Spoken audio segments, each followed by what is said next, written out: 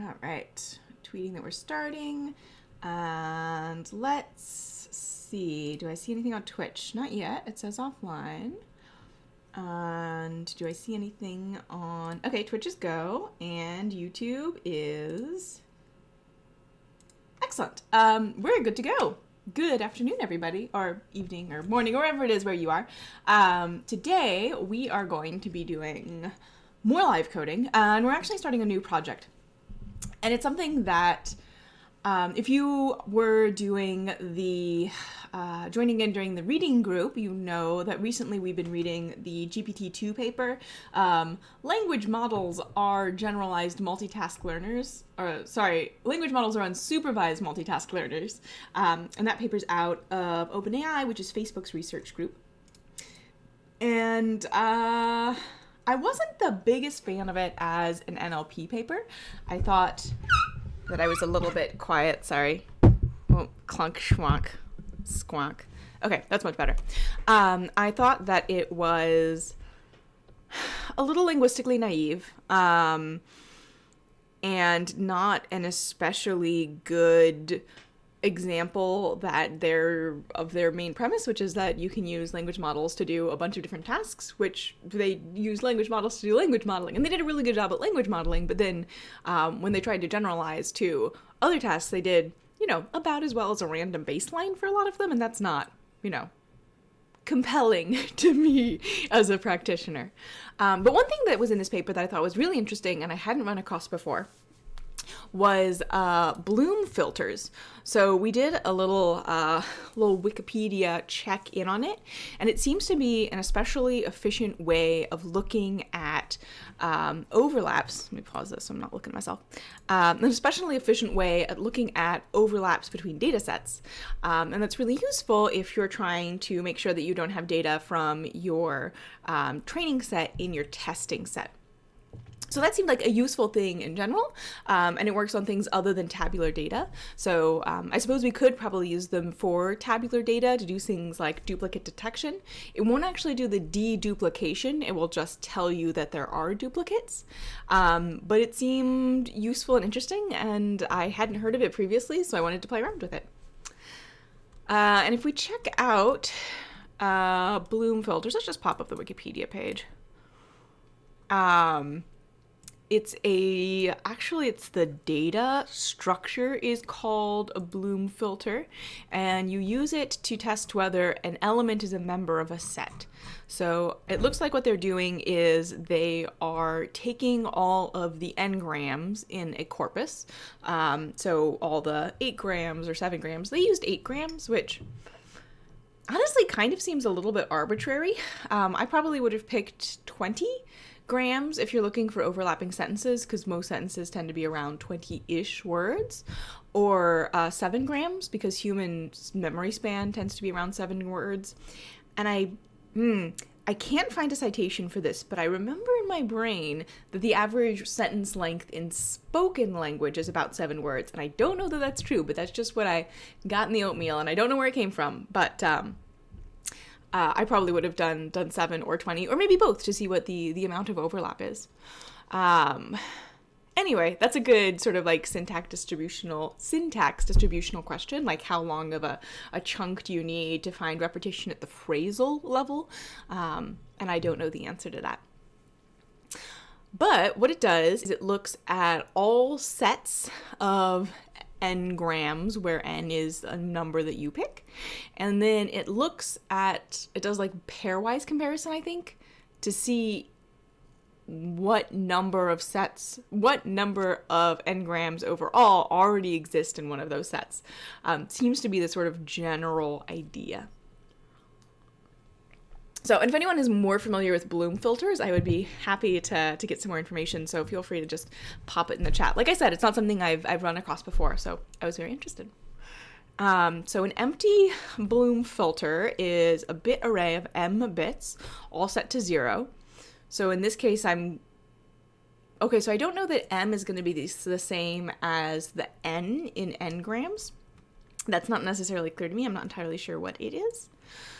There must be k different hash functions defined, each of which maps or hashes some set element to one of the m array positions, generating a uniform random distribution. Okay, so we have m bits in our array, and then we've got a bunch of different hash functions, each of which maps or hashes some set element to one of the m array positions. So you have a hash function to look at your input and decide which array element it goes in, generating a uniform random distribution.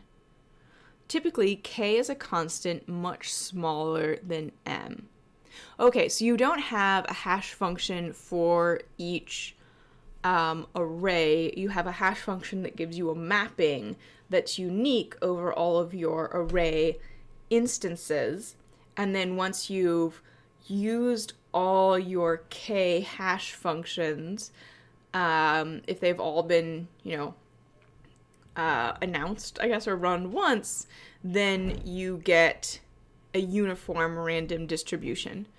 And it looks like the elements m, the element in m, each element in m is only assigned to one input unit. I'm not entirely sure that that is the case. I think that might just be what this diagram is showing. So the colored arrows show the position between the bit array that each set element is mapped to. Ryan says, Bloom filter implementation. Yep. And it looks like we are going to have to implement it ourselves, because I was doing a tiny bit of digging around on GitHub and I did not see it in their code, but I will do some more digging. The element W is not in this set X, Y, Z because it hashes to one bit array position containing 0. Oh no, okay, so they're not unique. So both the Y and Z hash to this array element. W is not in the set because it hashes to one bit array position containing 0. So this is W down here, and once we hash it, if we look at the array, we see that one of its elements is 0. Okay, so we know that we haven't previously touched that element with a set. So I'm guessing each element will be hashed. When hashed, will point to at least one array element that has not been hashed, that has not been pointed to previously. Does that sound right? That sounds right to me, because otherwise... no, because in the trivial case where you have one thing and you hash it to so that it's got 3 elements, right?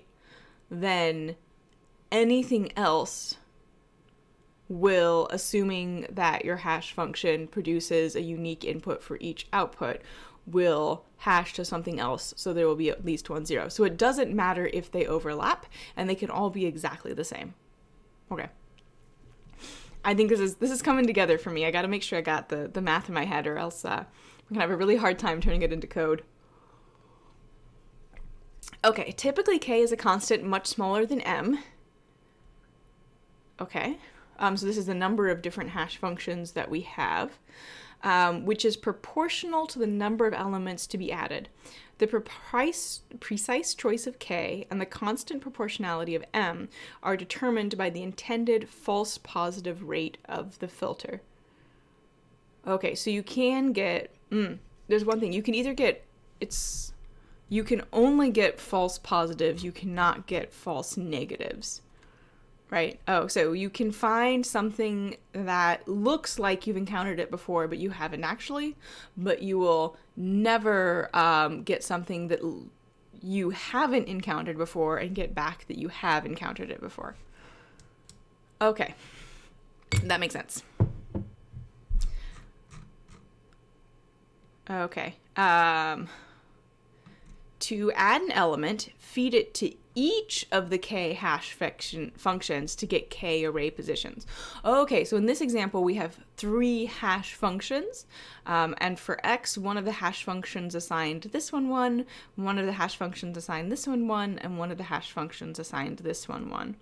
Okay, set all bits at these positions to 1, okay, like turn them on. To query for an element, test whether it is in the set, feed it to each of the k hash functions to get k array positions. So when we're filling our array, and then we want to see if something we have, so we feed it to the same set of hash functions, we get our indexes, and if any of them are pointing to 0, our element is definitely not in the set, but it is possible that even though it's not in the set, we're still not going to point to anything with 0. So let's say you have 10 elements in your set, yeah, and 1, 2, 3, 4, 5. Okay, so this is less than 30. So if there's no overlap between them and we've hashed 10 things, all of these would be 1. And in that case, if we fed W to it, even if we hadn't seen W before, is that the right direction? It can't possibly point to a 0. Yeah? So,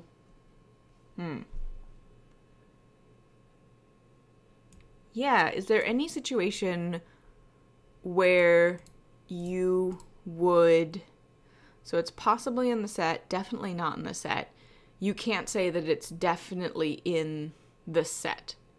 Okay, so in that case, we'd get back possibly in set. Okay. This is making sense to me. The query for an element, if any of the bits in these positions are 0, the element is definitely not in the set. If it were, then all bits would have been set to 1 when it was inserted. If all are 1, then either the element is in the set, or the bits have by chance been set to 1 during the insertion of other elements, resulting in a false positive. Okay, that's what I just said. In a simple Bloom filter, there is no way to distinguish between these two cases, but advanced techniques can address this problem. That sounds like out of scope. We're gonna build the simple one. All right, let's do a little bit of canoodling in here. Really quickly, see, do they have the code for the Bloom filter? Issues? No, they don't. Someone was like, hey, you didn't release the code. Thank you for releasing your pre-trained model and saving us training time. I'm currently exploring possible applications, but I ran into a problem that may also annoy many researchers trying to use your model. So this is an issue raised on the repo. As far as I know, you have not released the web text corpus. True. Although I know this is currently discussed in issue 24, this is fine by me except for one aspect. It makes it impossible for me to know if my test data is somehow included in web text, which in turn makes it impossible for me to tell if any improvement I'm getting is due to the quality of GPT or the fact that the pre-trained model has already seen my test data. Very reasonable query, person. Who is this? Who's asking this? Fabian Crow. Probably don't know them. If you do not plan to release web text in the very near future, I was thinking you could release the Bloom filters you describe in your technical paper. This will allow us to evaluate the proportion of 8 grams in our test data that is also in web text. Would this be possible? Thank you. That's very reasonable, because the corpus is probably pretty big, and would cost a lot to distribute, but just the Bloom filters are probably pretty small, because they're an efficient mapping. AI said, any new NLP papers after GPT-2? I actually built a training Colab notebook for GPT-2. Just search for GPT-2 Colab. Cool. I probably won't check that out right now, but I'll stick it in there for later. And I did have a request, and I immediately forgot what the request was. I wrote it down. I don't keep things in my head. I keep them on my file drive. Yeah. So the response to this question was, hello, Rachel. Today I didn't drink anything, so I fully concentrated on topic. Excellent. I'm actually going to be coding today, so I might need a little bit more help. So the response from the team This is very reasonable. I'll discuss it with others and get back to you. As a forewarning, though, we have a lot of other hyper priority items to address right now. The Bloom filter library I used loads them into memory, and it's about 45 gigs, so you probably need a pretty beefy machine. I thought it was going to be, like, more efficient? Okay, probably the corpus is bigger than 45 gigs, so, like, proportionally, it's probably more efficiently. But in terms of, like, lapdog size data sets, like little convenient ones, not that. Sorry. I was in the middle of my afternoon snack and I was like, dunk, it's time. I got Girl Scout cookies. Okay. So let's mute really quick.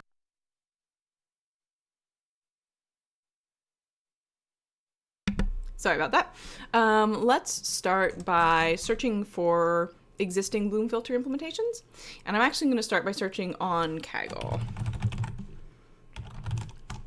Doop. And my headphone cord over the keyboard. Bloom filter. No kernels to show. Are there any discussion topics about it? Reply to Python C, 48 million primes in 4 seconds. That sounds promising. Share your approach. Reply to address column dilemma from Smerty. That also seems promising. Steven, sorry, his Twitter name is Smerty.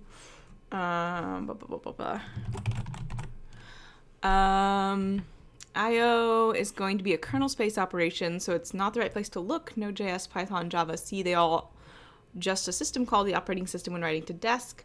The only way to improve the speed will likely require using a compact data structure like a bit array, or even better, a probabilistic one like a Bloom filter. Okay, not helpful.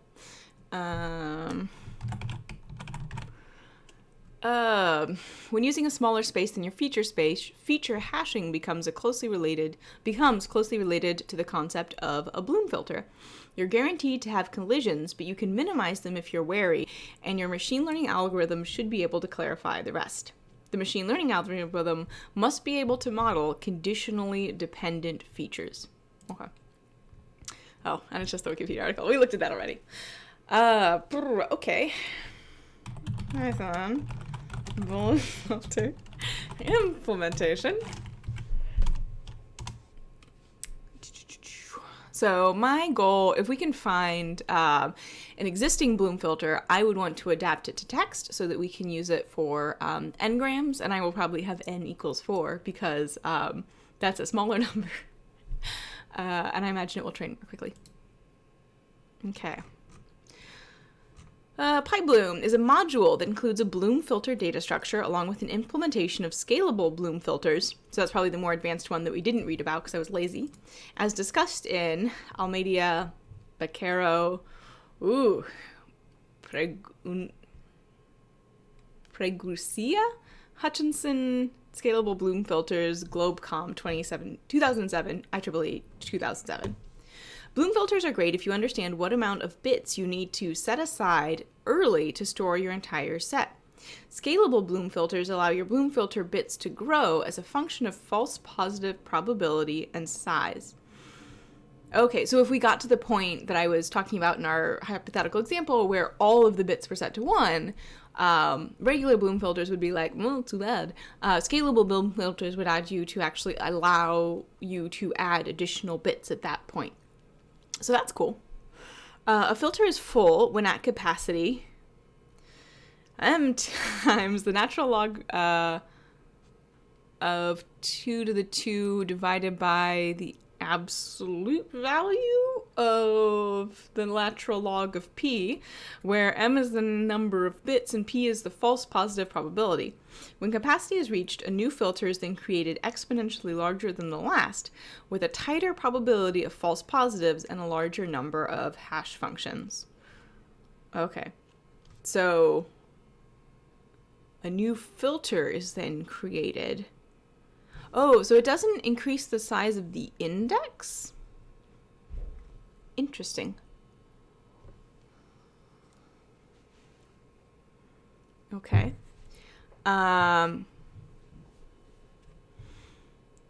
So M is the number of bits and P is the false positive probability. I can probably mooch that over a teensy bit. Okay. So there's some sample code here from PyBloom, import Bloom filter. So you create a filter by calling this Bloom filter method, and you set your capacity and your acceptable error rate. So is this, this looks like it's a scalable Bloom filter, and it will, okay, so this is a regular Bloom filter, and there's also an option for a scalable Bloom filter that will grow as the false positive rate, you begin to hit the false positive rate. Or you begin to hit the point at which you're going to get more false positives than you set up as originally acceptable given the error rate that you specified when you called the function. J6 says, hi everyone. Hi. Okay, let's see if this is in kernels. Yep. Let's try, so let's see if we can get this working. I guess we're not implementing it so much as we are importing a library. And then see if we can get it working for text. So right now it looks like it works for numeric arrays.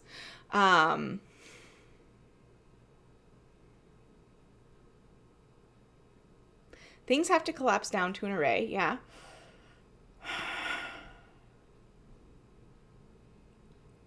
So I guess what we're gonna have to do, I guess we could create a dictionary of, well, okay, let's first see if we need to install anything, because I can install things while I think my thoughts and be a little bit more efficient. And you'll see I don't have the, let me make that a little bit bigger. I don't have the new editor input version. Some of you may, no, go away. Some of you may have gotten that. Because I think we've rolled it out to 5% of people. It's really nice. You can move cells, which is something that people have wanted for forever. Like me, I really wanted that. And there's a bunch of other helpful things that I'm really excited that people can get access to. All right. Oop. All right, we gotta import it. And I like to do my pip installs in a separate cell so then I can just run that once. Install PyBloom, please, please, please be compatible with Python 3. I do not want to have to refactor this to work with Python 3. Or I guess I might be able to find another implementation, but this one looks good. Ooh, actually I should star it if I'm using it. Well, it's got over 1,000 stars. That's a pretty good repository. Oops, I'm not signed in. Oh well, I will come back and star it later. Oh, right. It helps if the internet is on. That is definitely going to make it a little bit easier. Let me finish my Girl Scout cookies really quick. There we go. That should help a little bit.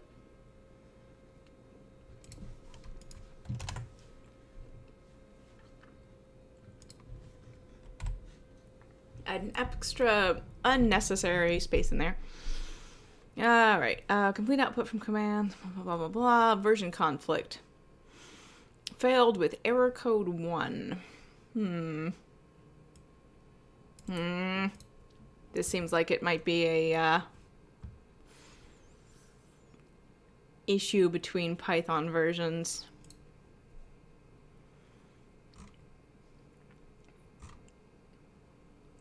Pip install. Your setup tools is out of date. Okay. I feel like we relatively recently updated our Docker image, so I'm not sure that it should be an issue. Okay, so now we're installing setup tools, and then we can set up Bloom filter. So nope. Yeah, no. Accept package resources version conflict. What's the quickest way to tell if this is in added Python 3 support? Okay, so it should work. Unless this hasn't been pushed to pip yet. Joslo says, sorry I distract you, but in US it is still Friday, so greetings of International Women's Day. Thank you. Yeah, I didn't do anything special. I guess I was a woman. Holiday celebrated. Check. People were super nice on Twitter, and there's a lot of good discussion, but I have been very busy. I'm cooking up something secret and special that I'm very excited about. But it's not announced yet, so I can't tell you anything, but it was also a lot of work. Okay, so let's try and install this from GitHub instead, and I don't remember how to do that.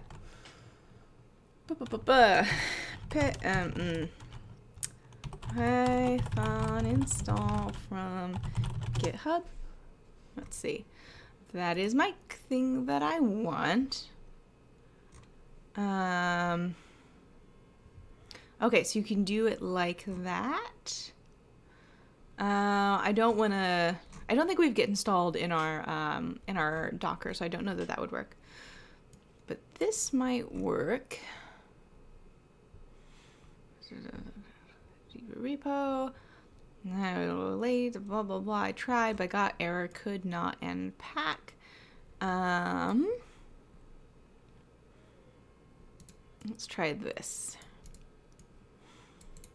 See if we can get this working. If I can't get this working, I will try another. I'll try something else. When was this last updated? Oh, 5 years ago. Okay, so that's probably not going to fix it. Okay. Let's find another implementation. That one looked good. Unfortunately, it's not going to be our go-to, I'm afraid. Is this the same one as this one? So this was PyBloom, I believe, was the install, and this is Bloom_filter. Okay, and it also has max elements and error rate. Okay. And it's got some tests, but it doesn't tell you how to do anything else. So we may have to do some playing around to get this to work. When was it last released? 2017, so it's Python 3? Python Bloom filter. Okay, so there's a more extensive example here.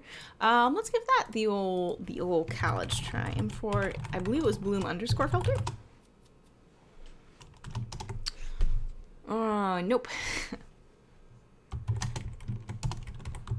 It's me says, hi Rachel. Hey, it's me. Filter. Okay, collected it. That's good. Will it unpack it? It installed it. Oh, excellent. All right, that was pretty painless. It doesn't look quite as well documented as our first option that we were looking at, but we'll soldier on. Okay, Bloom filters, for example. Oh, so this is just sort of a. Oh, I see. So it's a little interactive thing that you can do. That's kind of cool. I wish I had found this first. This would be helpful. Here's a small one to demonstrate. So it's fast because it's hashed. So if you increase the amount of things in your training set, it's going to not increase your time to look up or write, because it'll be... it'll literally increase your time to write, but at inference time, it's not inference. It'll always be a constant to see if your thing is in the thing. Memory efficiently, because you're not storing everything independently. You're storing k hash functions, and you're the final array. And the downside is that it's probabilistic, so you can't have false positives but no false negatives. So if we really care about is false negatives, then it's helpful. It's Me says, I want to know what does state-of-the-art mean in data science or machine learning? Oh, that's a really good question. So state-of-the-art means that a system has achieved higher performance than any previous system. So if I'm building like a language model and I'm saying that it's state-of-the-art, what I mean is when I'm evaluating it against the same test set, and I trained it using the same train set as everyone else who built a language model for this specific task, my numbers are better. Yeah, that's a good question. Sorry, I just sort of like keep saying it and I don't actually say what it means. All right, so here's some tests.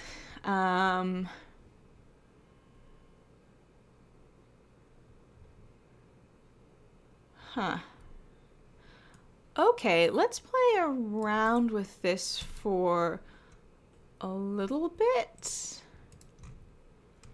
It's definitely less well documented than the other one, which is a little bit sad for me personally because I'm the one using it. Oh, Ryan says, I got the first Bloom filter library working. Oh, good. What did you do to get that to work? All right, let's see if this works.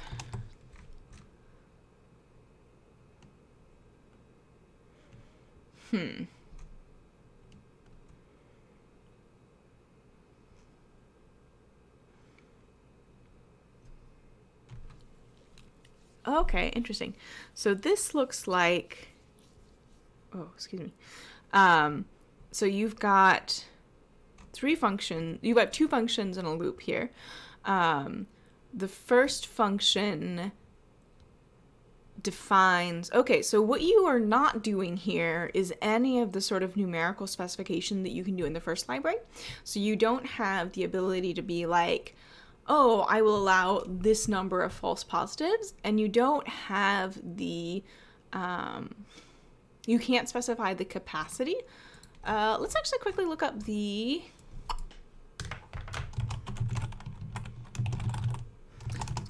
documentation to see what they said. Okay. Should I not have had? Nope. Okay. That's the documentation that we get. It's a probabilistic set membership testing for large sets, is what it says. Interesting. So it seems fairly user-friendly,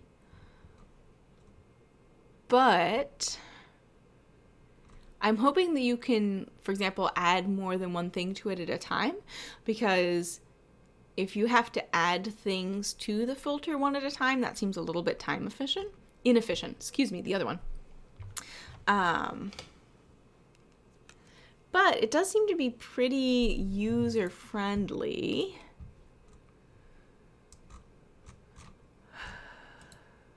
Oh, here we go. Okay, so you can set it up with custom settings. Max elements is how many elements you can expect the filter to hold. Error rate defines accuracy. You can use defaults with Bloom filter without any arguments. Following example is same as the defaults. Okay, and I'm gonna copy and paste that into my thing so that I have that to see. And there's no license here. Helpful. In that case, I'm not gonna actually copy the comment. I'm just gonna do this so that I have a little record for myself of what the defaults are. Bloom filter with default number of max elements and acceptable false positive rate. All right. It's Me says, what's time in your location? It is 4:33. I am in Seattle. Okay.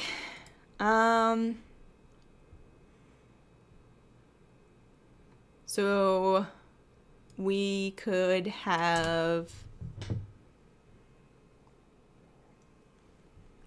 more possible max elements, or we could have a lower acceptable error rate. Both of those would make our M, the size of the array, bigger, I'm assuming. I've got the Wikipedia page open. There we go. So the probability of false positives is 1 over M. So it will Change the number of M. I don't know if it's going to change the number of K or if that's set constant when you initiate it and it doesn't change after that. I also don't know if this is scalable or not. It doesn't seem to be clear from the documentation, and they don't seem to talk about whether it's scalable or not. Let's just quickly check bloomfilter.py. Probabilistic set membership, shamelessly borrowed from this dude, which something tells me is the same as the thing that we were just looking at. Tweaked by Daniel Richard Stromberg. That guy? That guy? One of those guys, probably. To give it a little nicer init parameters, improve the hash functions to get a much lower rate of false positives, give it a selection of backends, and make it pass Pylint.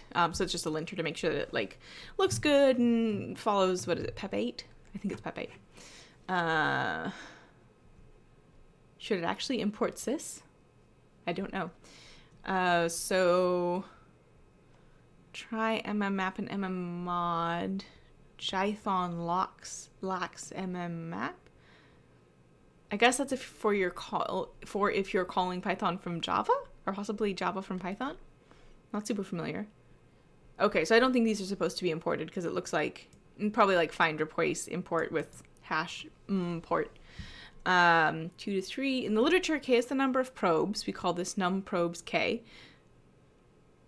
Is k not the number of hash functions? Oh, right, because each hash function is going to flip one bit. So each bit flipper is a separate probe. Gotcha. Probes is a weird thing to call it. Ooh, sorry. M is the number of bits in the filter. We call this n bits m, so the size of your array. N is the ideal number of elements to eventually be stored in the filter. We call this ideal num elements n. And then p is the desired error rate when full. We call this error rate p. Okay, so that's sort of like the upper bound of what we will accept. And then these are going to be used, so n and p are used to determine k and m is what I'm getting here. I know I haven't done a lot of the actual implementation. Mostly I'm just reading code. But I want to make sure I understand it and that my idea of what it's doing is actually what it's doing. So we're generating numbers. My range from 0 to number of values. Why? That's a weird function. Why do they have that? Is that not like a Python built-in? Is there not a Python built-in that does this? In the abstract, this is what we want ampersand equals and pipe equals to do, but especially for disk-based filters, this is extremely slow. Assert self.number of bits equals other number of bits. So checking that the number of bits in self and other are the same. So we're not trying to do things that have different number of bits. For bit number in my range, 0 to the number of bits, if self.isSet bitno and other.isSet bitno, self at the index of bitno dot set, else self at the index of bitno dot clear. So we're looping through, and for each bit in our number of bits, if it is set and it's set for the other, then we set this one as well. Otherwise, we clear it. So it's 0 if, yeah, it's 0 if there's no match. Okay. Or assert.self number of bits equals the other number of bits. So if this is true, and there's the same number of bits in both, then in the range, if self bit, okay, so this must be using the thing where true is 1.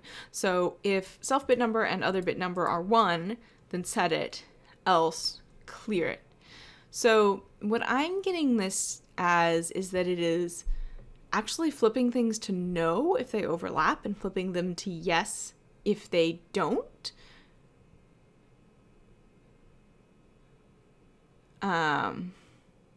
Which is a little bit weird unless other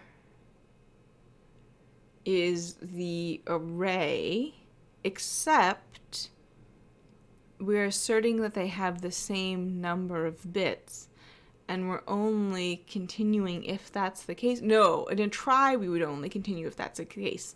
So we're checking that they don't. Let's see.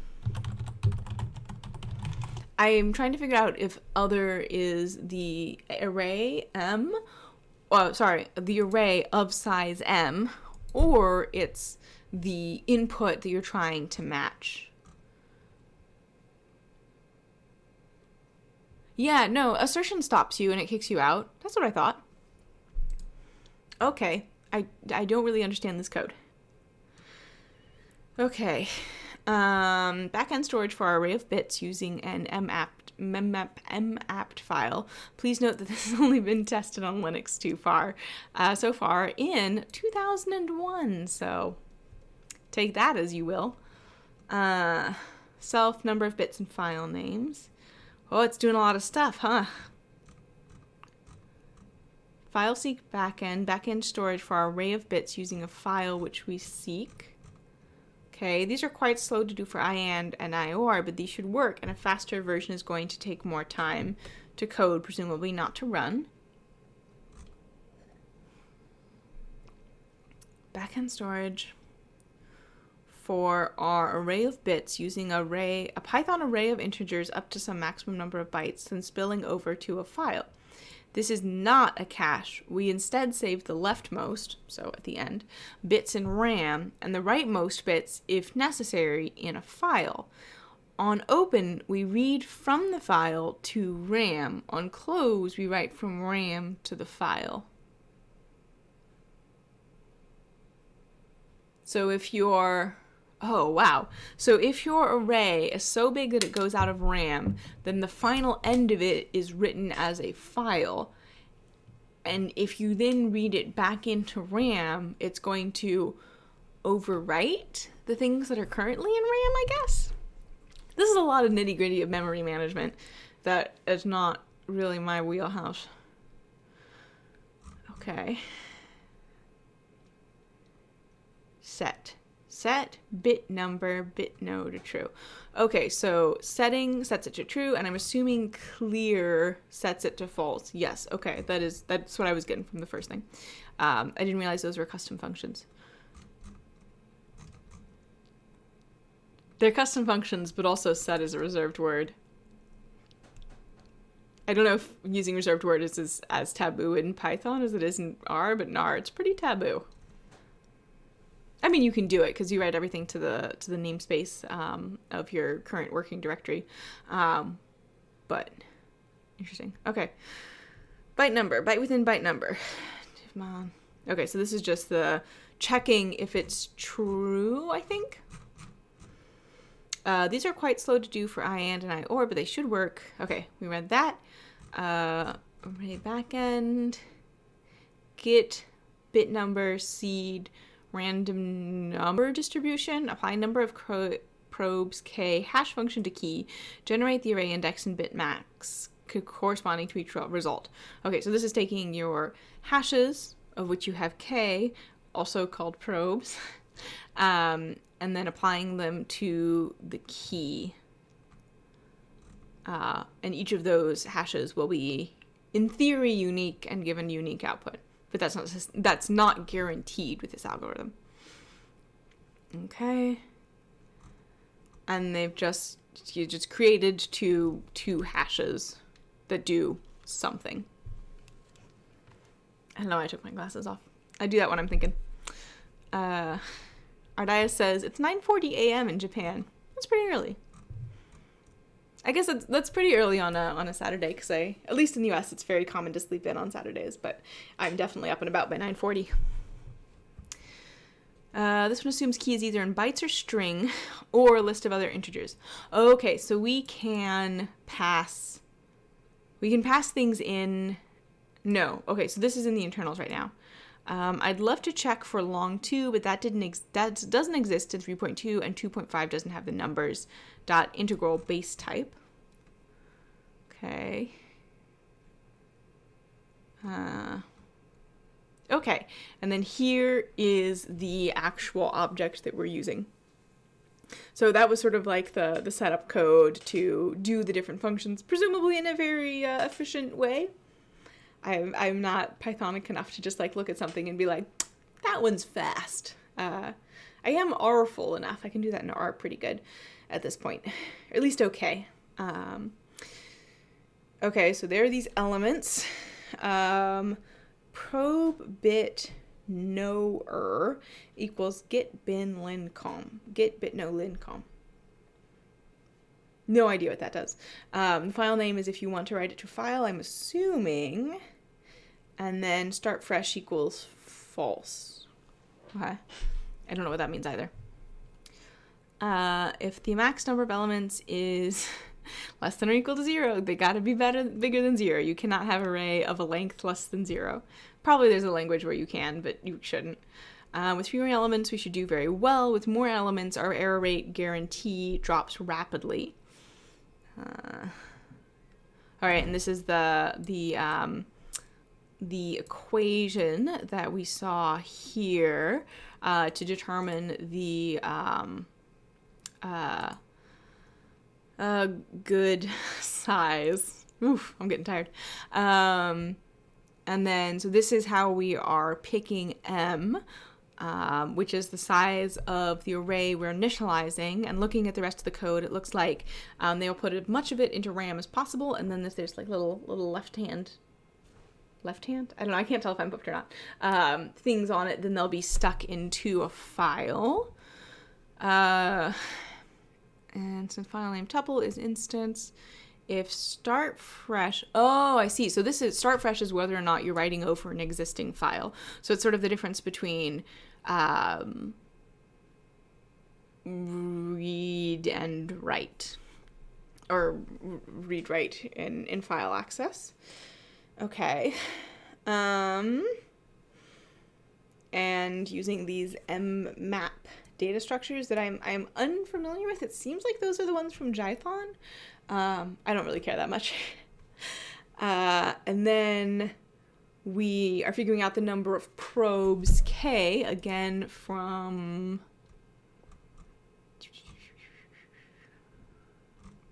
one of these functions, the function that determines the good number of probes. Where are we? So that's also from the paper. Oh, here we see. It's verified against the exact page with the exact formula that we were looking at. Gotcha. And then, oh, I see. So we're figuring it out, and then we're rounding it to the nearest whole number. Bit no error. I don't know what this is, but we're setting it to the one that we passed in. Ideal number of errors, number of bits, okay. And then, so adding adds an element to the filter, and it looks like self key. Okay, so we just need to give it to the key. So it looks like it will only do one at a time, so we're gonna have to use some sort of loop there. And those aren't user-facing. Union, compute the set union of two Bloom filters. Oh, so perhaps the fastest way to do this would be to create two Bloom filters that both have all the stuff in it, and then look at the union, which is going to be the overlap between the two. So I think that might be what we do. Let me give myself a little note. Also keep the kernel alive, both of those things.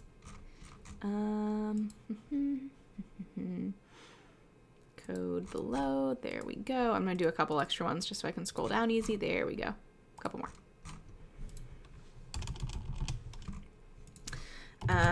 To compute the overlap the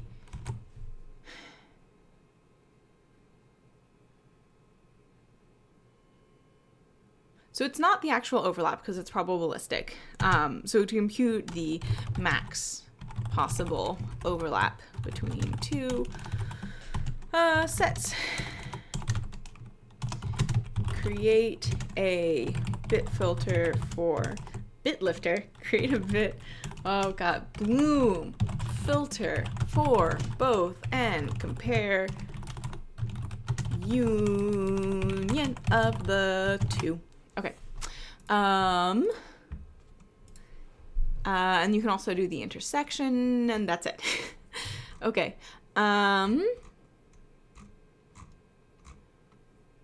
Awesome. Okay, so I think I'm picking up what they're putting down, and I think we're ready to start doing the darn thing. Okay, so here. Okay, so they're actually using in here and have met is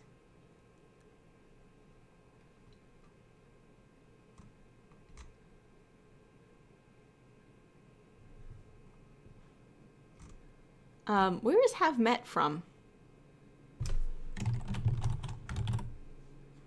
Oh, I see. Okay, so it's, I don't think this is a bloom filter.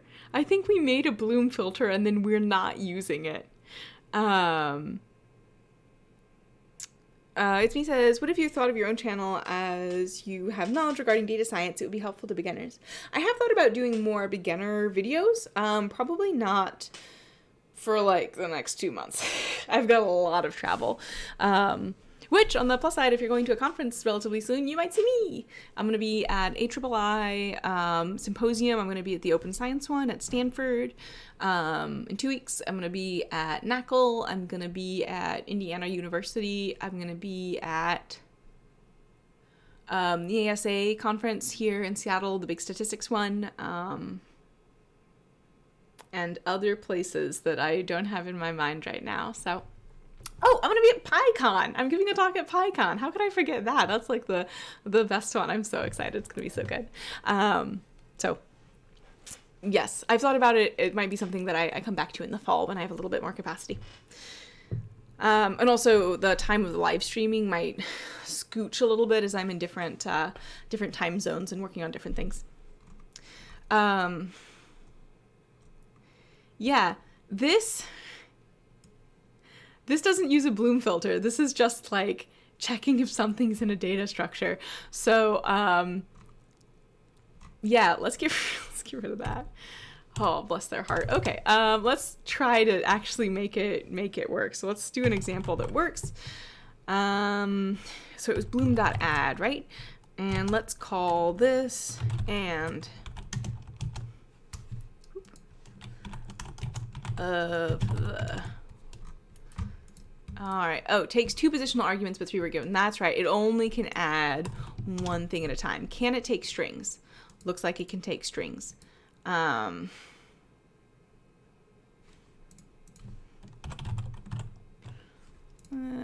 I'm just going to copy and paste. I just need some text. It doesn't matter what the text say.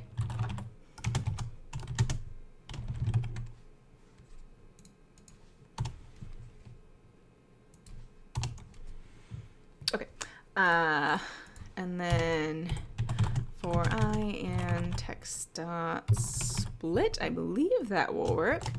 Bloom dot add I. Let's see. Nope, that did not work. And then let's see. Bloom dot, what was it? Union? Oh no, you have to do 2 sets. Okay, let's quickly go back to the, did I close it? Oh no, I closed it. Why did I do that? Yeah, okay. What were the other things we could do? So we had add, we had union of 2 bloom filters, we had the intersection of 2 bloom filters, and that was all of it. So we're gonna have to add anything else we want to another bloom filter. So I don't know that it's actually like a traditional bloom filter for real. So I guess we're gonna call this bloom train.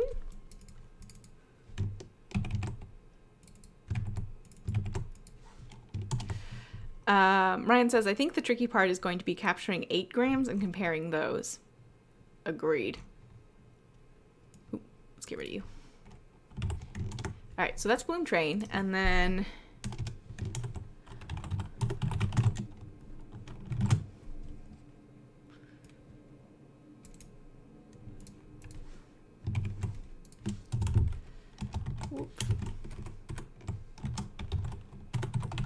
I don't think that's gonna work. I think that's gonna yell at me.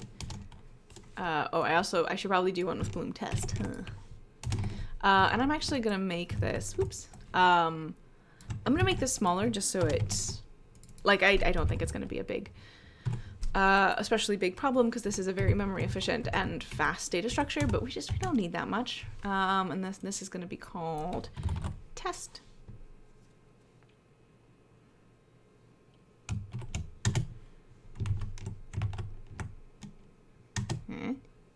Insert V. Okay, excellent.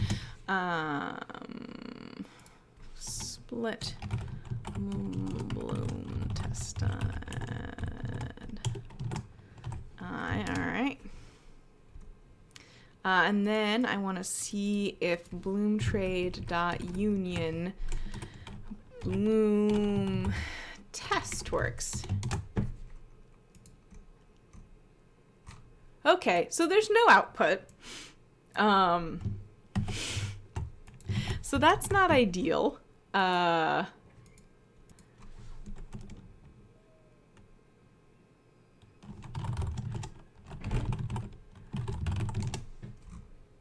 Okay, it's a Bloom filter, .bloom filter, .bloom filter, so that's helpful. What if I just print it? Module Bloom filter. Is there a .text argument? I don't think there was. There weren't. Okay.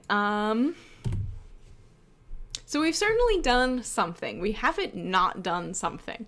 But I don't know that what we did is what we wanted to do. It seems to be a little bit opaque to me how to actually check.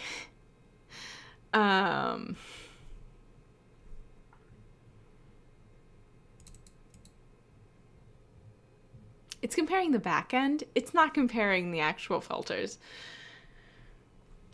Oh, okay, noted.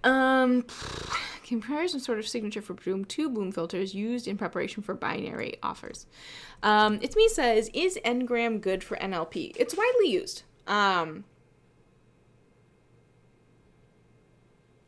For some applications, it can be more helpful to use a skipgram, which is like an n-gram, but instead of words and words for word 1, 2, 3, and that's your 3 gram, word 1, 3, and 5 would be your skip gram, so you're skipping every other word. And you can get a lot of information from n-grams. You can get sort of like a lot of the early language modeling work, and to this day, a lot of the sort of non-neural language modeling work is based around some iteration of n-grams. They are really useful for Markov chain stuff and MCMC stuff. If you're doing simulation at all with language and sort of like generation, n-grams are like a good starting point. So yes, they're good, they're useful, they're sort of intuitive once you learn how they work. And it's good to know about them. Would you always necessarily want to turn to them for every problem? Like, not for,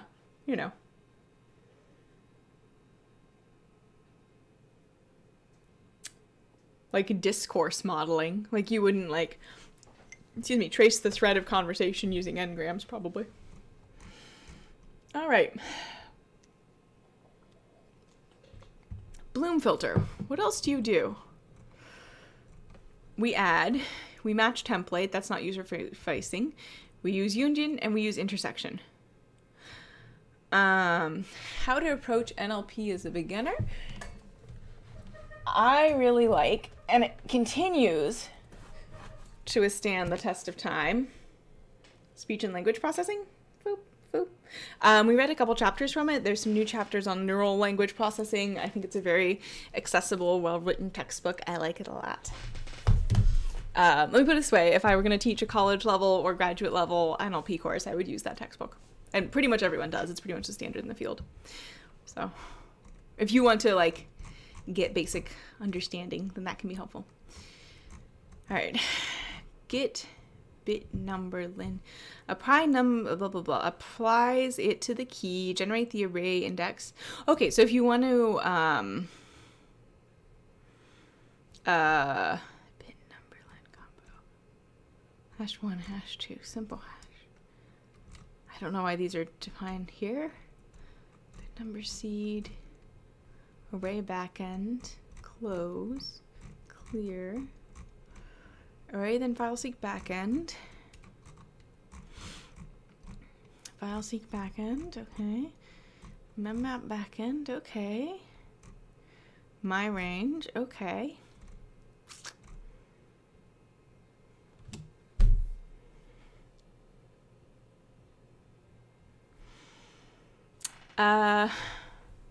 There appears to be no way to check if something is actually in your Bloom filter. So we have it.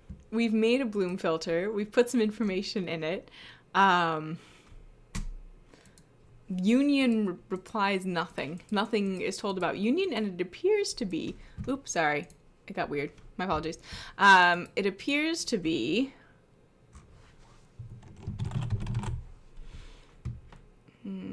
compute the set union of two Bloom filters. What does the backend do? File seek backend. Where is that from? Give it a selection of backends. In the abstract, this is what we want it to do. I or. Ryan says the NumPy sieve in Bloom train. NumPy? It's like regular NumPy, but you have to be in a nunnery. SIEVE? Not 100% sure what you're talking about, or something like that. See if it works. Is this the other one? Oh, use in. Sorry, that is exactly what you meant. So, see if it's in Bloom _train. I don't know why it's red. Oh, it's because my indents are bad. False. True. Ah, okay. That was... I didn't need to do all this testing nonsense at all. Noted. Thank you, Ryan.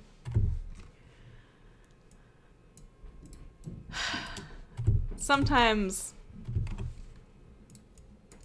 I make dumb mistakes and you guys are there to help, and I appreciate that a lot. All right. Sample text. Boo, and then here, split by word and add to filter. Check if word in filter, so that should be true, and then SIEVE in Bloom. Ryan says that's how it was in the other library. It was not very clear based on the documentation either. Good docs are so important. Technical writers are the best. Jared says, yeah, it was starting to confuse me. The documentation marks how to check it. Gotcha. Okay. So this actually, I don't think this union thing is going to work.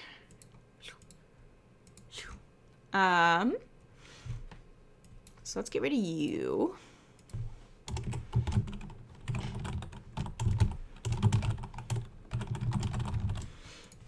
And let's actually quickly do a little discussion.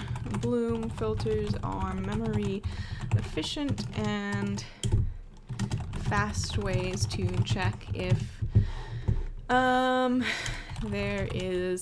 if an item appears in a set, it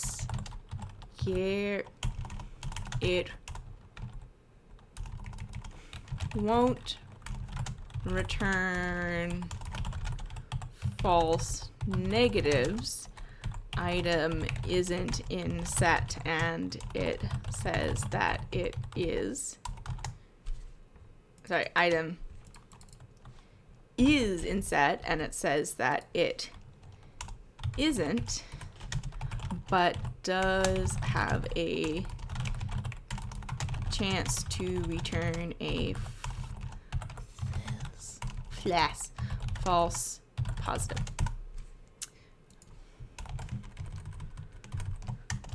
You can set your tolerance for this with a specific filter using error rate.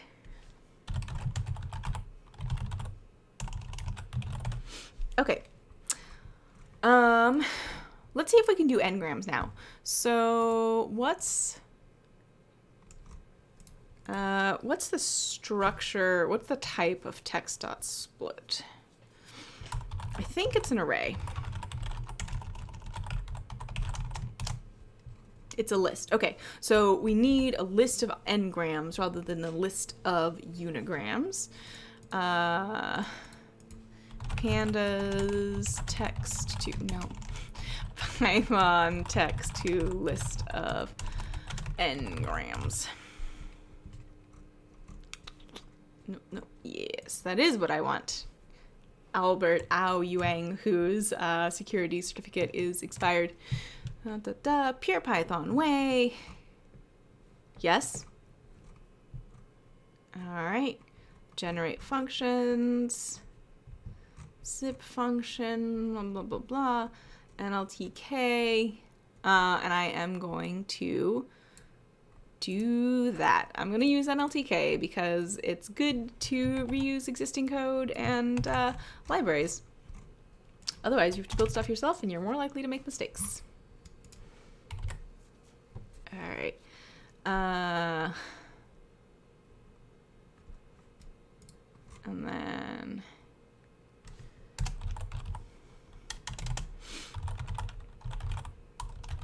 so we're just going to make everything lowercase so that we don't have to have an exact case match. All right.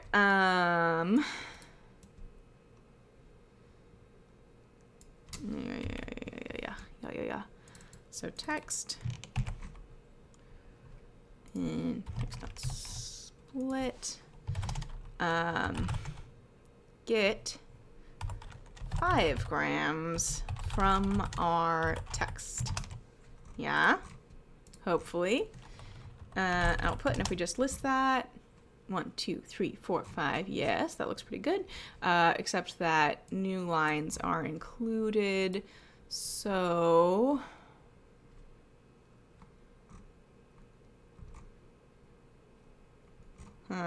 okay, so we should probably remove new lines at some point. Actually, I think we can do it like that. Yeah, like that. I forget. There's some way to make sure that new lines aren't actually included in your text. I don't remember what it is. Okay, so my question now is,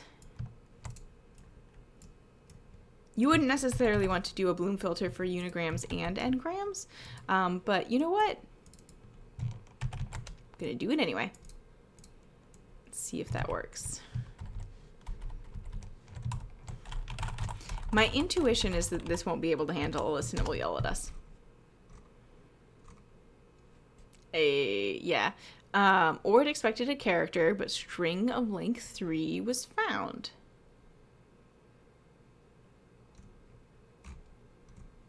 Okay, it's because it's a list with commas and it's not just a flat list. Okay.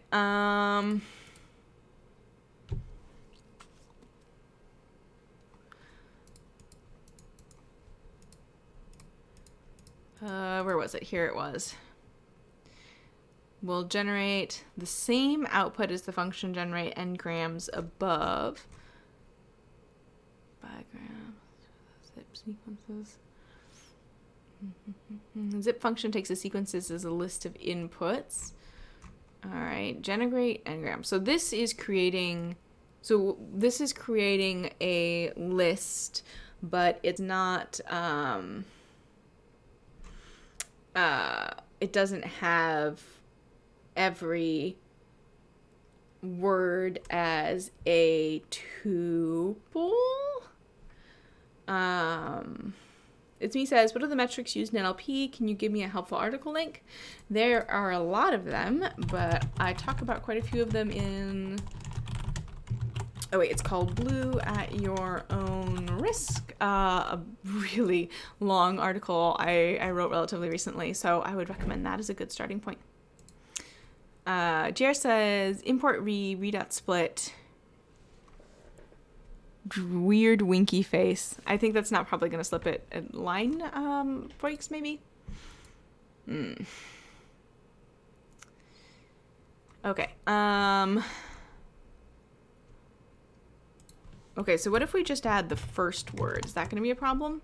No, that's not a problem. So the problem is that this is a list of tuples.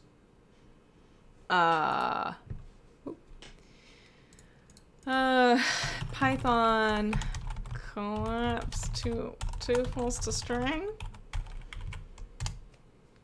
Ryan says, it is dot join tuple of n-grams. Helpful. And that is also what this person on Stack Overflow is saying.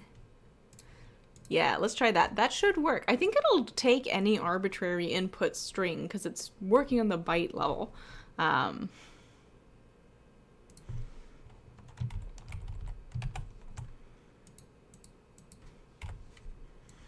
right.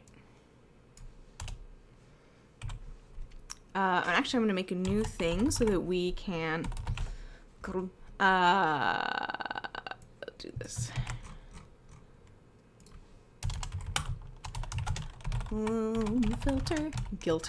Filter to store our n-grams.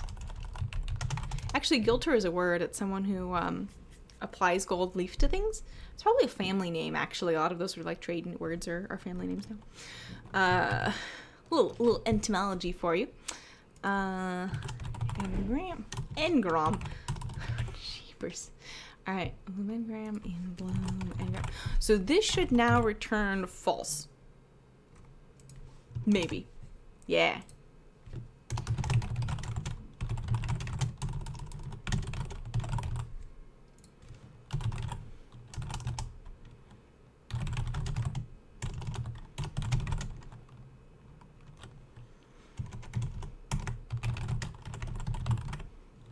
Unigram.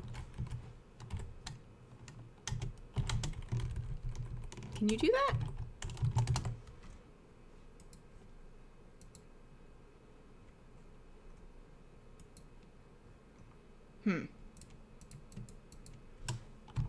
I want to print out both of those things.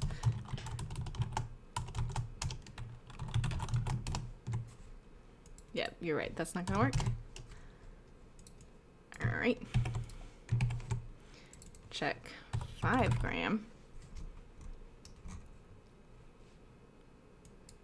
1, 2, 3, 4, 5. Hey, we got it to work. And we have, we're 13 minutes over. I was like, and it's not even 5 yet. It's definitely 5 yet.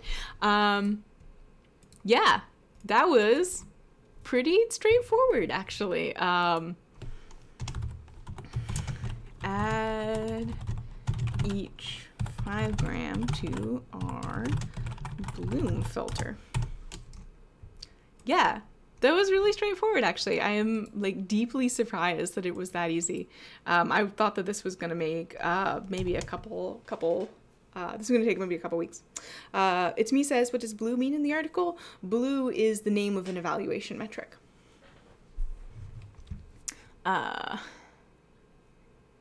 Yeah. This kernel has an example of how to create a Bloom filter for both unigrams, i.e. aka single words, and 5 grams. Usually there's a hyphen in there. 5 words that occur, what would you call that? Conjointly? Congruently. Congruently.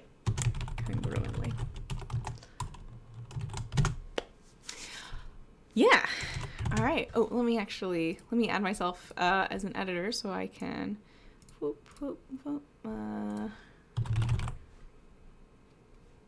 Oh, that's not me.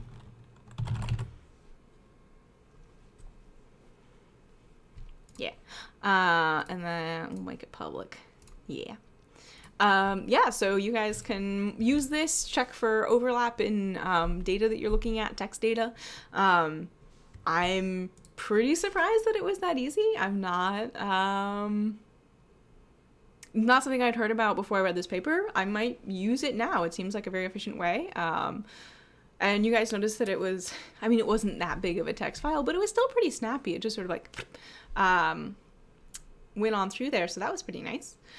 Yeah, I think I'm gonna call it a day. I replaced my computer recently, which is why I can have like the camera, but I need to recycle my old computer, and the recycling place changes at 6, so I need to do that. Thanks so much for joining me today. I hope it was helpful. I hope you guys learned something as well. Maybe you can, use this code in some of your own work. It's under Apache 2, so you're free to do whatever you like within the terms of that license. And I will see you back on Wednesday for another NLP paper. And I've made the executive decision that it's just an NLP reading group because that's what I have the depth of knowledge to read at in a professional capacity. And maybe we'll expand it a little bit later. But for now, we're just going to stick with NLP. There's also just exciting stuff happening in the field. Yeah, and I'll see you on Wednesday. And if it's already your weekend, I hope you enjoy it. And if it's still your Friday, enjoy the rest of your Friday. I'll see you next week. Bye.